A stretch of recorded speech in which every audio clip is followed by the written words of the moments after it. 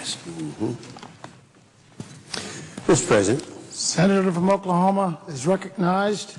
Mr. President, first let me just state that I have a great deal of respect for my friend from Ohio. I can't agree, however, with the fixes that this administration has had to try to pull us out of a near recession. There are a lot of people who believe that the federal government can do that. I look at the institutions and I say to the chair that I have people that come into my office, and it doesn't matter what industry they're in, they're all scared to death. And it's this mentality that the federal government can take these things over and somehow make them better. And I can tell you right now, this administration is attacking every institution that made this country great. I don't care if you're in the banking business, the insurance business, the healthcare business, the oil business.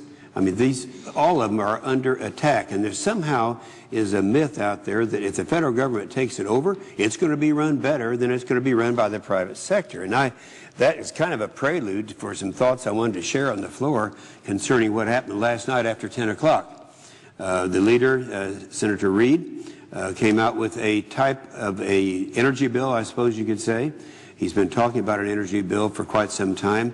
However, what I have seen in this bill that's called an energy bill, and I can't speak too specifically about it because, as I say, it didn't come out until after 10 o'clock last night, and we don't know exactly some of the details that are in it. Here's what we do know, though. We know that they, first of all, start off with taking off any liability cap on drilling, whether it's in the Gulf or elsewhere, it's my understanding. The problem we have, and some of the people in this chamber might remember that I had occasion to come to the floor and object to the Menendez request prior about 4 different times in the last month. Because what he was attempting to do is what this bill is suggesting. That is, you take all liability caps off. Now, if you do that, something happens that is really bad, and I hope it's not the intent of the authors of this bill that came out last night. But what you do by taking the cap off is you limit who is going to be able, once the moratorium is lifted, be able to drill offshore to just the giants. We have 5 what they call big oil companies. The big of the big that everyone's talking about now, of course, is BP. They were the ones responsible for the most devastating spill in the history of this country. Now, if you take the cap off, that allows the BPs and the nationally owned oil companies to drill. In other words, we have independents all over America that have the capability and are providing jobs in the Gulf to all the Gulf states. And if you all of a sudden come along and say, well, you can't do it now because you can't comply with this cap, then there's a serious problem. We have a solution to this. We have a solution where oil companies will be putting in to a fund. Some of you, you might remember, say to the chair, 20 years ago, the oil spill, the Exxon Valdez, I can remember going up there 20 years ago, and that was a devastating thing. We still are feeling the damage that came from that spill. But when I got up there, something interesting was happening. The far left environmentalists who wanted to shut down all kinds of drilling all over America and elsewhere were up there celebrating. I said, what are you celebrating? They said, and this is what they said to me, we are going to parlay this accident, this spill 20 years ago, into stopping drilling on the North Slope. And I said, why would we do that? Because that was a transportation accident. If you remember, that was a ship that came in carrying oil from offshore, from foreign countries, and it had the accident and it had the devastating spill. Now, if you stop us from developing our own domestic resources, then that's going to mean we're going to have to transport more oil from other countries. And the incidence of an oil spill, potential oil spill, would be much greater because we're transporting that much. They said, we don't care, we're going to do it anyway. I saw the same thing when the oil spill took place just a few months ago in the Gulf. And that is all the people down there almost celebrating, saying we're going to parlay this into stopping all oil production offshore and maybe even beyond that. And that's essentially what the far left wants to do. Well, here we have this, the bill that came out last night that takes the caps off so that the only ones left, I call it, this is the big oil bill. This is what I'm going to refer to it from now on. Because if we were to pass what came out of the majority leader's office last night, it would only allow giant oil companies and maybe nationalized oil companies to be doing the drilling. And this is a huge thing. It's in the statement I'm making, by the way, I have to quote someone I don't very often agree with, and that's Carol Browner, who was the head of the EPA during the Clinton administration and is now the environmental czar in this administration. She said, so it will mean, talking about the subject here, that you only have large companies in this sector, but maybe this is a sector where you really need large companies who can bring to bear the expertise and who have the wherewithal to cover the expense if something goes wrong. In other words, she's saying that only big oil and China should be able to produce in the Gulf. Now, the problem with this is everybody understands, and certainly those senators, Democrats and Republicans from Texas, Louisiana, Mississippi, Alabama, Florida, they all understand what the problem is here in terms of jobs. If you stop the independents from producing out in the Gulf, it not only makes us more dependent upon foreign countries for our ability to run this machine called America, but it does away with jobs. The IHS Global Insight came out with a study that said if you do this, the Gulf region would lose over 300,000 jobs by 2020. That's the IHS Global Insight. People don't argue with the credibility of that organization. So this is probably one of the biggest job loss bills that we would have. I don't think it's going to pass. But if it did, that would be the problem. Put that chart up there. What they're going to attempt to do, and I'm only going to address one more thing in this bill, and that is the technique of hydraulic fracturing. Hydraulic fracturing is a let's use this one first, if you would, is a system whereby they go down. Here's the aquifer up here. This is maybe 400 or 500 feet below the surface. This down here is about 2 miles down. And what they do is drill down through that, cement that, and go down and use the fracturing in order to get the close formations of oil and gas so that they can produce that. Now, without that, they say, and I think there's no one who disagrees with this, that we're not going to be able to produce the natural gas. Everyone's talking about now natural gas and how we're going to be needing more and more natural gas, how if we would develop our potential and the shale potential particularly, we can do away with having to be dependent upon countries like Venezuela and the Middle East for our ability to run the machine called America. So we have this system, this methodology called hydraulic fracturing. The first hydraulic fracturing was done in 1949 in my state of Oklahoma. That's 60 years ago. There's never been one incident of contamination of water since that happened. Now I'm going to show you this because this is not just me saying this. This is, again, going back to Carol Browner. She said there is no evidence that the hydraulic fracturing at issue has resulted in any contamination or endangerment of underground sources of drinking water, ever. Now, this is not just me saying it. This is Carol Browner saying it. I put the one up on jobs.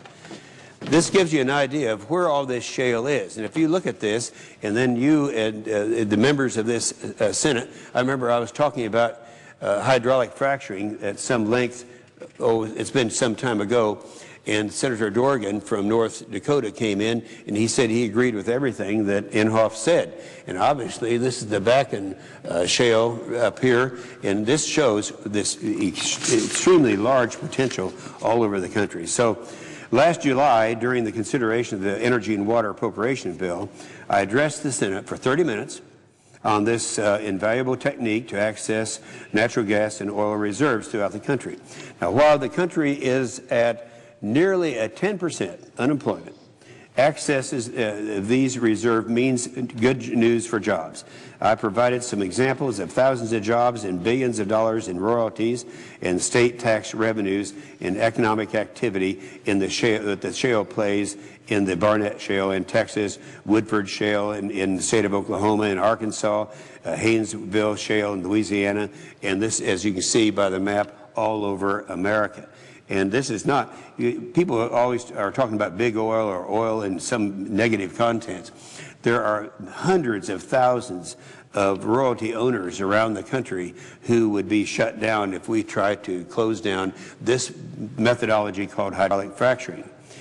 This 60-year-old technique has been responsible for 7 billion barrels of oil and 600 trillion cubic feet of natural gas.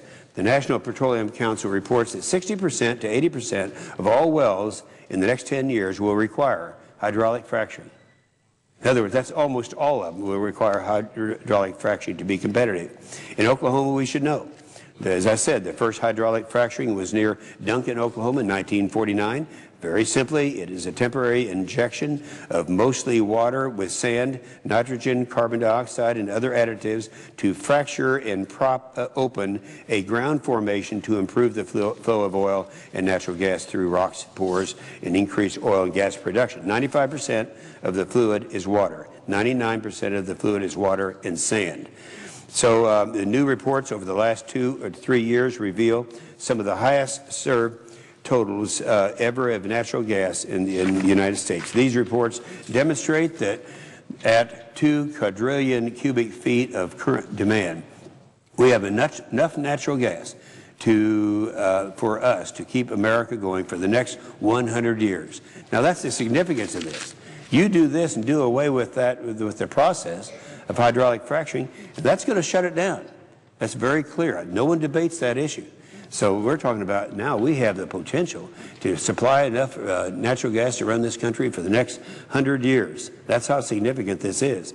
Now, due to new natural gas shale plays all over the country, new studies demonstrate recoverable reserves of natural gas to meet the current demand for at least the next 100 years. And by the way, the report that came out shows that the United States of America is #1 in terms of recoverable reserves, and we're talking about gas, natural gas, oil, and coal. Some of the Democrats may argue that this Section 4301 is only a disclosure provision of the chemicals used in hydraulic fracturing. That's not true. State regulators have safely and effectively regulated hydraulic fracturing for the past 60 years, as was stated by Carol Browner. State rules, such as in my state of Oklahoma, require disclosure of chemicals. What is this provision really about is a new EPA control. Again, somehow this administration thinks that if the federal government isn't running something, this is an obsession. The federal government's got to run everything. And if they run this thing, when I was mayor of Tulsa, we had a guy that was a police commissioner, and he had a saying. I say to the chairman, my good friend from Illinois, he said, if it ain't broke, don't fix it. This ain't broke, and it hasn't been broke once in 60 years. By the way, at a press conference, someone talked about, well, didn't this happen in Nevada once? I have no record, neither does Carol Browner, that there's ever been any contamination as a result of hydraulic fractures. Proponents of this language argue that it is needed because fracking contaminates groundwater.